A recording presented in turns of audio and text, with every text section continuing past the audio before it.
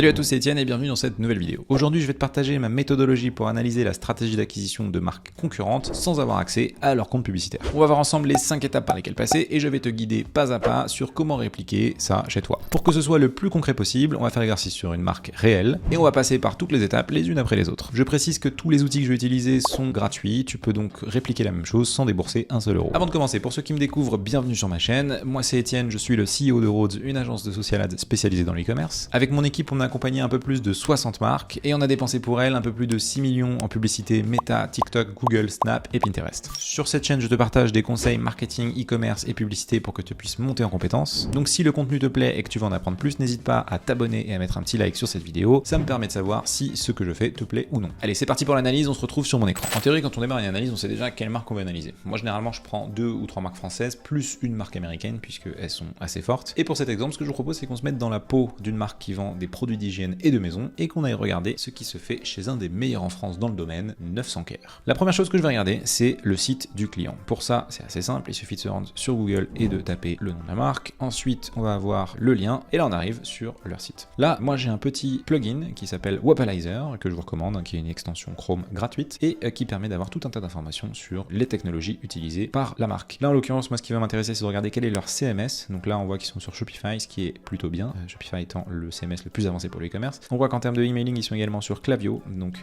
pareil, c'est l'outil d'emailing et de marketing automation qui est le plus avancé en e-commerce. On peut voir également les régies publicitaires, donc c'est-à-dire les plateformes de pub sur lesquelles ils investissent. En l'occurrence, on voit qu'ils font du Google et du Bing. Donc je sais également qu'ils font du TikTok et du Meta. Là, ça n'apparaît pas là, mais c'est pas grave parce qu'il y a d'autres méthodes pour l'analyser. On peut voir aussi tous les outils de statistiques qu'ils utilisent. En l'occurrence, on voit qu'ils ont Google Analytics 4, d'autres outils que je ne connais pas, également des chats en direct, donc il doit avoir un bot automatique vers lequel certaines pages redirigent, les langages utilisés en code, et on peut aussi voir l'outil pour l'acceptation des cookies, ici c'est Acceptio, et l'A/B testing, donc pour faire des tests qu'on appelle split test, A/B test, donc c'est splitter le trafic qui arrive sur une page et faire modifier par exemple un élément, la couleur d'un call to action, la tagline, donc la phrase qu'on met en haut, etc. Donc là en l'occurrence ils ont VWO que je ne connais pas, et Google Optimize, et ensuite les outils de traduction Weglot. Donc voilà, rien qu'avec cette première lecture, on sait un peu à qui on a affaire. On voit qu'ils sont plutôt à jour sur les technologies e-commerce, on voit également qu'ils ont un stack plutôt développé, qu'ils font de la pub sur plusieurs canaux, et donc ça nous laisse penser que de base ils sont assez avancés en termes de marketing. La deuxième chose qu'on va regarder, c'est aussi la structure du site. Donc ça peut prendre très longtemps, donc je vais passer dessus succinctement, mais la première chose que je fais, c'est déjà la landing page, enfin la home page, je regarde un peu comment elle est construite. Là, ce qu'on voit, c'est que tout de suite on nous redirige vers des call to action,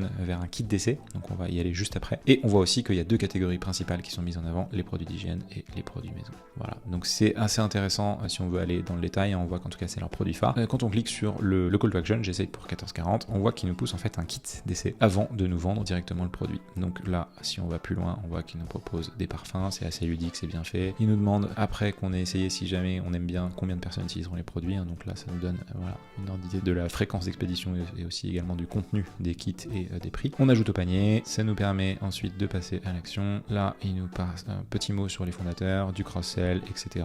La commande, et ensuite on passe la commande. Donc on voit que c'est assez intelligent puisque c'est peu engageant finalement d'essayer pour 14,40 ou même 3,50 le jet de louche. Et en fait, ce qui est intéressant, c'est que eux ne misent pas sur l'achat direct. Donc on identifie tout de suite qu'en fait leur stratégie d'acquisition, elle est plutôt axée sur l'abonnement. C'est le business model de pas mal de DNVB assez avancé, et c'est d'ailleurs assez intelligent puisque se battre sur la rentabilité sur le premier achat, ça veut dire avoir un panier moyen qui est très élevé. Pour avoir un panier moyen qui est très élevé et générer des ventes dès le début, c'est quand même une équation qui est difficilement réalisable à grande échelle. Donc pour scaler, c'est compliqué. Donc eux, ce qu'ils ont décidé de faire, c'est de pas forcément regarder le coût par la rentabilité, le ROAS sur l'achat immédiat, mais j'imagine en fait regarder le coût par acquisition et donc coût par test, donc essai, et derrière coupler ça à en fait du calcul de ce qu'on appelle le lifetime value, c'est-à-dire le nombre de personnes qui déjà s'abonnent, et sur les gens qui s'abonnent, c'est quelle est la durée d'abonnement moyen et donc le revenu généré sur cette durée-là. Assez smart, et ça leur permet surtout d'augmenter en fait leur coût par acquisition et d'y aller beaucoup plus massivement. Ça implique en revanche d'avoir une bonne stratégie de rachat et donc d'avoir des séquences d'emails, notamment Klaviyo entre autres, mais pas que j'imagine, qui sont bien en place pour que les gens passent à l'action après avoir testé, et surtout, achètent après avoir testé, s'abonnent et ne drop pas. Donc bonne stratégie CRM en place. Avec ça, on a déjà une petite idée de la typologie d'acteurs qu'on a en face. Moi, j'ai l'habitude de travailler avec pas mal de e-commerçants, donc je sais que ceux qui font de l'abonnement, ça veut dire qu'ils sont déjà plutôt avancés dans leur réflexion. Et après, si on veut aller un peu plus loin, on peut aussi aller analyser leur page produit. J'ai fait une vidéo dédiée sur le sujet où j'analyse des pages produits de marques US, donc je vais pas aller plus loin que ça, mais globalement, les fondamentaux sont là, les avis clients sont mis en avant. On voit ici qu'il y a les bénéfices ou caractéristiques du produit, comment ça marche, la preuve social, etc. etc. Voilà, alors ça c'est la première chose que je vais regarder pour me faire une petite idée de la marque. Deuxième chose que je vais regarder, c'est les réseaux sociaux. Pourquoi? Parce que les réseaux sociaux, c'est généralement en fait un bon indicateur de niveau de maturité de la marque. Parce qu'une marque qui est bonne en publicité, c'est également une marque qui est bonne en réseaux sociaux, particulièrement sur les social ads. Puisqu'en fait finalement c'est les mêmes plateformes et les codes sont assez similaires, et donc si on sait produire du contenu en organique, on a beaucoup moins de difficultés à produire du contenu publicité. L'inverse est moins vrai. Donc ce que je fais moi, c'est que je vais regarder le compte Instagram. Je vais taper le nom de la marque 900Care et voir ce qu'il en est. Et là, en un clin d'œil, je vais tout de suite voir si la marque est plutôt développée ou pas. Première chose que je fais, c'est que je regarde déjà le nombre de publications. Ça fait 1044, c'est quand même beaucoup. 147 000 abonnés. C'est quand même une très très belle communauté pour une marque e-commerce. Il faut savoir que monter une communauté à plus de 5, 10, 15, 20 000 abonnés, c'est très très dur. Même s'il y a les reels, etc. C'est plutôt un bon indicateur. Et ensuite, je regarde un peu la DA du compte. Là, on voit qu'ils ont les stories à la une, donc c'est plutôt travaillé, c'est rangé, etc. Il doit y avoir des personnes en interne. Il y a une bonne direction artistique avec des codes couleurs qu'on retrouve, etc. Donc ça, c'est travaillé également. Et après, évidemment, je vais regarder en fait le type de contenu, surtout sur les reels. Moi, ce que je vois, c'est que là, ils ont des miniatures pour chacun des reels, donc c'est également travaillé. Le nombre de vues est plutôt conséquent. On est à 46 000, 57 000, 59 000, quasiment 60 000, etc. Donc il y a quand même une belle maîtrise. Et après, je les regarde les uns après les autres très rapidement pour voir à quoi ça ressemble. Donc là, on voit que c'est du contenu très organique. Pareil ici, des micro-trottoirs. Ici, des reels un peu do it yourself pour Halloween. Là, pareil, on est toujours sur du do it yourself. Là, c'est des contenus un peu plus type UGC avec potentiellement une créatrice qu'on retrouve ici avec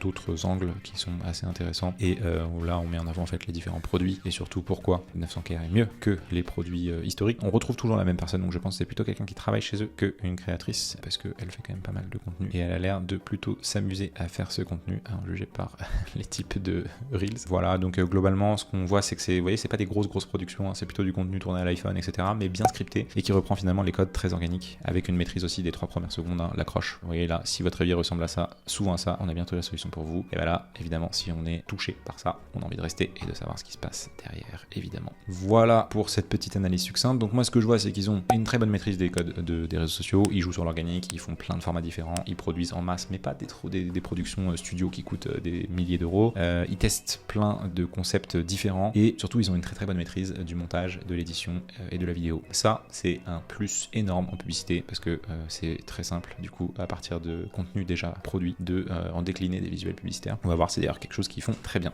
Ensuite, je vais voir s'ils font du TikTok parce que TikTok, c'est rarement en fait le premier canal qui est ouvert, le premier réseau social qui est ouvert, et donc une marque qui se lance sur TikTok, déjà, c'est une marque qui fait de la vidéo parce qu'il n'y a pas de format statique sur la vidéo et qui, à mon sens, c'est déjà plutôt bien établi sur d'autres canaux comme par exemple Instagram. Ici, on voit très vite qu'ils ont aussi une belle maîtrise de ce réseau social avec 142 000 abonnés, 1,5 million de j'aime, et on retrouve les vidéos qui sont sur l'autre compte. Vous voyez, donc finalement, ce qu'ils font, c'est qu'ils produisent une fois la vidéo et ils la cross-postent sur les différents canaux, même si j'ai l'impression qu'il y a aussi des contenus qui sont spécifiques TikTok, et on voit que ce contenu-là, donc là, c'est des formats ce qu'on appelle podcast, qui marche très bien, où là vous avez le fondateur qui répond à des questions et en face vous avez du coup une personne qui lui pose des questions pour lancer un peu la discussion. C'est des formats qui fonctionnent très très bien en organique mais qui fonctionnent aussi en publicité et je le sais puisque je l'ai vu passer sur leur bibliothèque publicitaire à maintes reprises. Voilà, donc il y a quand même une belle maîtrise de ces formats vidéo. Vous voyez plein de types de contenus différents et donc ça c'est quand même un bon indicateur. En théorie ils doivent pas être trop mauvais en pub non plus. La troisième chose que je vais faire généralement quand je veux analyser la concurrence sur une marque, c'est de regarder ce qu'ils font en email. Alors là je sais qu'ils sont sur Klaviyo, donc déjà je pense qu'ils sont pas trop mauvais, puisque si je voyais que c'était par exemple sur Mailchimp ou autre, j'ai un compte Mailchimp mais c'est pas du tout les mêmes fonctionnalités et notamment pas les mêmes intégrations avec d'autres plateformes de l'écosystème marketing e-commerce. Shopify mettait entre autres. Et donc ce que je fais c'est que je vais m'inscrire à la newsletter, donc vous voyez là ici un petit encart et je vais regarder ce qui se passe. Ici en l'occurrence je me suis inscrit et donc voilà les séquences d'emails que j'ai reçues, on va les regarder ensemble et ce qu'on va chercher à savoir c'est est-ce qu'ils sont forts ou pas en emailing et surtout sur quoi ils communiquent. Alors premier mail que j'ai reçu une fois que je me suis inscrit, c'est bienvenue dans la 900 Family. Donc là j'ai 2 fondateurs qui me souhaitent la bienvenue, c'est assez cool parce que ça humanise la marque et ensuite on m'explique un peu la philosophie de la marque, on me donne un bon de réduction pour que je puisse tester, on me rajoute de la preuve sociale avec 70 000 abonnés, que vous voyez ils communiquent pas sur des clients, ils communiquent sur des abonnés, donc c'est très intéressant, toujours un call to action et surtout là on nous parle des valeurs de l'entreprise, donc on rentre dans la partie un peu mission, on va découvrir la mission et en bas des chiffres pour montrer leur impact sur l'écologie. Ensuite le lendemain j'ai reçu un autre mail où là tout de suite on a un angle un peu plus produit, donc vous voyez il parle de formule magique dévoilée. Là, hop, on a conçu toute une gamme de produits et on dévoile notre formule magique avec formule saine, efficacité, des parfums, fabrication française, blablabla. Tout ça, c'est assez bien fait. Le call to action, évidemment, avec le coupon à chaque fois. Et là, ils commencent à m'orienter. Donc, ils me disent, vous savez pas quoi choisir. Et vous voyez, en fait, le passage à l'action est pas très dur parce que c'est tester notre kit essentiel. Donc, ils vont pas me pousser de la vente, ils vont tout de suite me dire, essayez en fait. Si vous n'êtes pas convaincu, essayez, ça vous coûte pas grand chose. Si vous aimez pas, vous continuez pas. Si vous aimez, on en reparle quoi. Et donc là, ils me montrent en fait ce qu'ils ont de différents. Donc, typiquement, gel douche, dentifrice, déodorant et ça. Donc, on est vraiment dans une présentation des produits et on m'incite à passer à l'action directement. Ensuite, le troisième mail que je reçois, c'est 3 jours plus tard. Et là, en l'occurrence, je pense que c'est plutôt une newsletter puisqu'on parle de Halloween et c'est le fondateur toujours qui personnifie la marque. Donc là, il nous parle de chiffres qui peuvent toucher des personnes qui sont assez sensibles à ces sujets d'éco-responsabilité. En l'occurrence, les tonnes de plastique qui sont déversées, qui sont produites, les flacons à gel douche, usage unique qui sont vendus, etc. Donc en fait, là, ils ciblent tout de suite leurs ennemis qui sont en fait les gros industriels dans leur secteur d'activité qui qui détruisent la planète. Et donc pour se positionner, eux, en solution alternative. Donc là, en l'occurrence, eux regardent tous ces chiffres depuis très longtemps et régulièrement et en l'occurrence, essayent de produire, de proposer des solutions qui sont à l'inverse de ça. Assez intéressant, vous voyez, et là, c'est un angle qui est pas très marketing, hein. Vous voyez, il y a quand même un call to action. Si on clique, qu'est-ce qui se passe? Donc je découvre avec vous. Et alors c'est intéressant, ils mettent un petit typeform. Donc je pense que c'est pour pouvoir traquer si les gens cliquent ou pas. Et du coup, ça redirige vers le site. Donc voilà, alors peut-être que c'est parce que Halloween est passé, donc on voit pas ce qu'il y a. Il doit y avoir quelque chose entre les deux. Mais en tout cas, c'est plutôt bien fait et c'est pas très agressif. Vous voyez, c'est plutôt dans le... En fait, ils vont insister sur les forces et le pourquoi de la marque. Et là, 6 jours après m'être abonné, je reçois un message directement de Emeric, l'un des 2 fondateurs, qui me dit qu'il est enchanté de me rencontrer. C'est sympa de sa part. Et qu'il aimerait beaucoup nous compter dans la famille 900Care. Enfin, me compter dans la famille 900Care. Il ajoute à cela une offre de bienvenue où je peux tester ses prix bien moins chers, donc à prix mini. Et il rajoute évidemment qu'il y a une date limite pour profiter de ça. Ce soir minuit, moins 10% sur la première commande. Et voici le code qui est associé. Le call to action. Et c'est assez intéressant puisqu'il me pousse encore une fois à tester le produit. Concrètement, là, ce que je vois, c'est que juste sur une séquence d'abonnement à newsletter, il y a quand même une belle maîtrise du copywriting, des éléments de vente avec tout ce qui est offre, urgence, rareté, exclusivité, etc. Des angles marketing, puisqu'ils viennent me parler avec des angles produits, avec des angles avis client, avec un angle sur tout ce qui est éco-responsabilité. Et donc moi, si je suis sensible à l'un ou l'autre de ces angles, ça augmente les chances que je passe à l'action. Et des call to action un peu partout, donc c'est plutôt bien fait. Ce qui serait intéressant, c'est de compléter ça en achetant un produit pour voir en fait quelles sont leurs séquences automatisées, donc ce qu'on appelle les flows sur Klaviyo, pour voir comment c'est construit et surtout du coup en tirer des enseignements et faire un mapping de ce qu'ils font. Il y a des séquences qui reviennent souvent comme le welcome, l'abandon de panier, les séquences de post-purchase, etc. Et donc là on peut pas les voir puisqu'on n'a pas acheté, mais ce sera assez intéressant. Donc troisième pilier, emailing, ils sont plutôt bons, hein, rien à dire là-dessus, ils maîtrisent assez bien le marketing de manière générale, hein. Je suis pas étonné, mais c'est cool de voir que des marques françaises comme 900Care sont des très bons cas d'usage et d'analyse en marketing. Ensuite, la quatrième chose que je vais voir, c'est la bibliothèque de publicité Meta. Alors là, l'idée c'est que quand je fais une analyse de concurrent, je veux savoir si le concurrent diffuse sur Meta et savoir surtout quel type de contenu il diffuse sur Meta s'il est actif. En l'occurrence, eux, je sais qu'ils le sont, mais on va faire comme si on ne le savait pas. Et donc, pour accéder à cette bibliothèque, il vous suffit de taper Ads Library dans Google, de cliquer sur le premier lien et là, de sélectionner toutes les publicités. Vous tapez le nom de la marque, 900Care, hop, et vous cliquez dessus et ça vous donne toutes les pubs qui sont répertoriés. Vous voyez, là ils ont 510 résultats, donc c'est quand même pas mal, et on voit tout de suite le type de contenu qu'ils ont, donc je vais pas rentrer tout de suite dans le détail, hein, mais en gros, mes premiers réflexes, c'est de savoir déjà est-ce qu'ils diffusent en France ou dans d'autres pays. Si on veut regarder par exemple ici, on peut mettre tout. Ici par exemple, si on veut voir s'ils diffusent, je sais pas, en Italie, hop, on peut cliquer sur Italie, tape toutes les publicités, on fait 900Care, et là on voit qu'il y a eu une pub qui a été diffusée entre le 12 juillet et le 18 septembre, donc pendant 2-3 mois, et c'est inactif, donc j'en déduis que leur test n'a pas été très concluant. Mais ce qui nous intéresse, c'est surtout de savoir en France, puisque nous, si jamais on est un concurrent de 900Care, et on va probablement diffuser en France. Et là on va regarder le type de créa. Ce qu'on voit tout de suite, c'est qu'il y a beaucoup de vidéos. Il y a une très belle réutilisation en fait de leur contenu organique, vous voyez, donc tout ce qui est micro-trottoir, on les retrouve ici. Là, on va retrouver en fait les mêmes vidéos qu'on a vu tout à l'heure sur les comptes organiques, hein. C'est le micro-trottoir avec des accroches qui sont retravaillées. Donc là c'est hop, un autre bout du contenu qui est coupé. Là c'est toujours le même, hein, mais regardez, hop, avec une accroche différente. Ici pareil, c'est une accroche différente, mais c'est le même contenu. Donc il y a une très belle maîtrise de l'accroche. Donc accroche les 3 premières secondes, ce qu'on appelle le scroll stopper, pour que les utilisateurs s'arrêtent de scroller quand ils voient votre pub. Donc en organique comme en paid, c'est très important. Et globalement pareil, là on retrouve le podcast dont on parlait tout à l'heure, hein. Ils ont rajouté un petit split screen en bas avec un jeu mobile, on dirait visiblement, et c'est assez smart, hein, parce que du coup ça capte l'attention et ça donne envie de rester sur la vidéo. Et donc ça augmente le taux de vue vues et potentiellement la probabilité que la personne reste et donc écoute ce que vous avez à dire. Il y a des formats aussi du fondateur qui se met beaucoup en avant sur la marque, ce qui est plutôt cool, je trouve, parce que ça permet d'incarner un peu sa marque et surtout ces vidéos je les trouve assez drôles. Voilà globalement en un clin d'œil en diagonale ce qu'on voit, et surtout moi ce que je trouve assez intéressant c'est qu'il y a un gros repurposing de leur contenu. Ce que j'imagine qu'ils font, c'est qu'ils doivent prévoir un tournage typiquement sur un thème, donc micro-trottoir ou podcast, et dans le script en fait ils doivent trouver des éléments qui pourront être exploitables en pub comme en organique, et ensuite c'est au montage qu'ils doivent les décliner de manière à les cross-poster sur TikTok, sur Insta, probablement sur Facebook en organique, mais aussi en publicité. Donc c'est très bien fait, il y a une belle maîtrise de ça, et encore une fois c'est pas des grosses productions, c'est surtout du bon sens marketing et surtout une maîtrise des codes des plateformes. Il y a quelques statiques qui sont également travaillées, comme celle-là avec comment avoir un gel douche sain et livré à la maison pour 3,50€ seulement. Donc ça c'est un format très connu, la note iPhone, on l'a testé avec pas mal de clients aussi. Il y a aussi il me semble des Us versus Others, ouais, c'est ça, plutôt celle-là, voilà, changer ça pour ça, avant après. Ici il y a la fameuse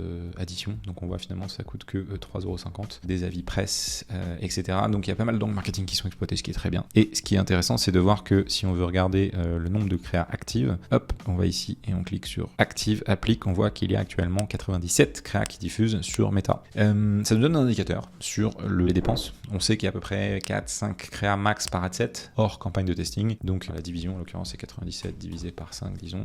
C'est-à-dire qu'ils ont au moins 19-20 adsets. Et si on compte 2-3 adsets par campagne, on a entre 6 et 7 campagnes. Et après je connais pas leur niveau de dépense, mais il est possible qu'il y ait des campagnes de testing, qu'il y ait une grosse partie de campagnes en acquisition. En tout cas ça donne voilà, quelques infos si est-ce que c'est un gros concurrent ou pas qu'on a en face. Ce qui peut être intéressant c'est aussi de regarder, si on veut savoir quels sont les créas qui marchent le mieux, de scroller et de regarder celles qui diffusent depuis le plus longtemps. Là en l'occurrence lancée en juin 2023, ça fait un peu plus de 5 mois qu'elle diffuse. Potentiellement c'est des créas qui marchent bien, puisque si elles continuent de diffuser c'est qu'elles dépensent de l'argent dessus et donc j'imagine qu'elles sont rentables. Et surtout il y a aussi un effet boule de neige, c'est que plus une créa diffuse depuis longtemps, plus elle est difficile à détrôner, puisque elle concentre les likes, les commentaires, etc. Je vais pas les analyser parce que c'est pas l'objectif, mais pour vos analyses concurrentielles ça vous permet de savoir un peu quels sont leurs top créa winner. Et donc dernier point, si on veut aller plus loin, on peut aussi regarder assez rapidement, si on clique, hop, vers quoi redirige leur pub, et donc on voit qu'à chaque fois c'est la même chose, c'est la page produit qui présente en gros le produit en question et derrière le call to action pour rentrer dans le parcours et tester son kit d'essai. Vous voyez, c'est assez bien fait, hein, c'est bien pensé leur stratégie d'acquisition, c'est très simple, très axé autour du kit d'essai, et il y a une belle maîtrise des contenus vidéo et surtout de la stratégie publicitaire globale. Et dernier point, mais pas des moindres, je vais aller regarder s'ils font de la publicité TikTok. Et donc, puisque en social ads, ce qu'on va regarder, c'est pas uniquement Meta, mais les deux canaux, c'est Meta et TikTok. Et donc là, pareil, on tape TikTok Ads Library, on se retrouve sur cette bibliothèque publicitaire TikTok. Je vous mettrai tous les liens en commentaire évidemment. Et là, on peut taper le nom du client. Ce qui est un peu différent, c'est que ici, on n'a pas, comme sur Meta, une page d'annonceur qui apparaît. Par contre, en tapant le nom de l'annonceur, on voit toutes les pubs qui parlent de leurs produits. Donc là, on voit 900 SAS, j'imagine que c'est leur société, hein, vous voyez, parce qu'il y a plein de pubs en dessous qui sont 900 SAS. Et on voit que là, il y a aussi des pubs qui sont faites par des créatrices de contenu qui ne sont pas directement 900K, mais du coup qui diffusent aussi de la publicité dessus, donc c'est assez intéressant. Et si on veut aller voir un peu, vous voyez, on retrouve les mêmes formats, hein, c'est ce qu'il y a aussi sur Meta, hein. Il n'y a pas de production exclusivement pour TikTok, en tout cas j'ai pas l'impression. Et si on clique sur 900 SAS, qui a l'air d'être l'entreprise, donc là on se retrouve sur le détail de la pub, mais on peut aussi cliquer là à droite, en dessous de l'annonceur, pour aller voir toutes leurs annonces. Et là on voit toutes les pubs, il y en a 78 qui diffusent sur leur compte TikTok. Si on veut aller avoir un peu plus d'infos sur en fait les résultats et leur ciblage, on peut cliquer sur une pub spécifique,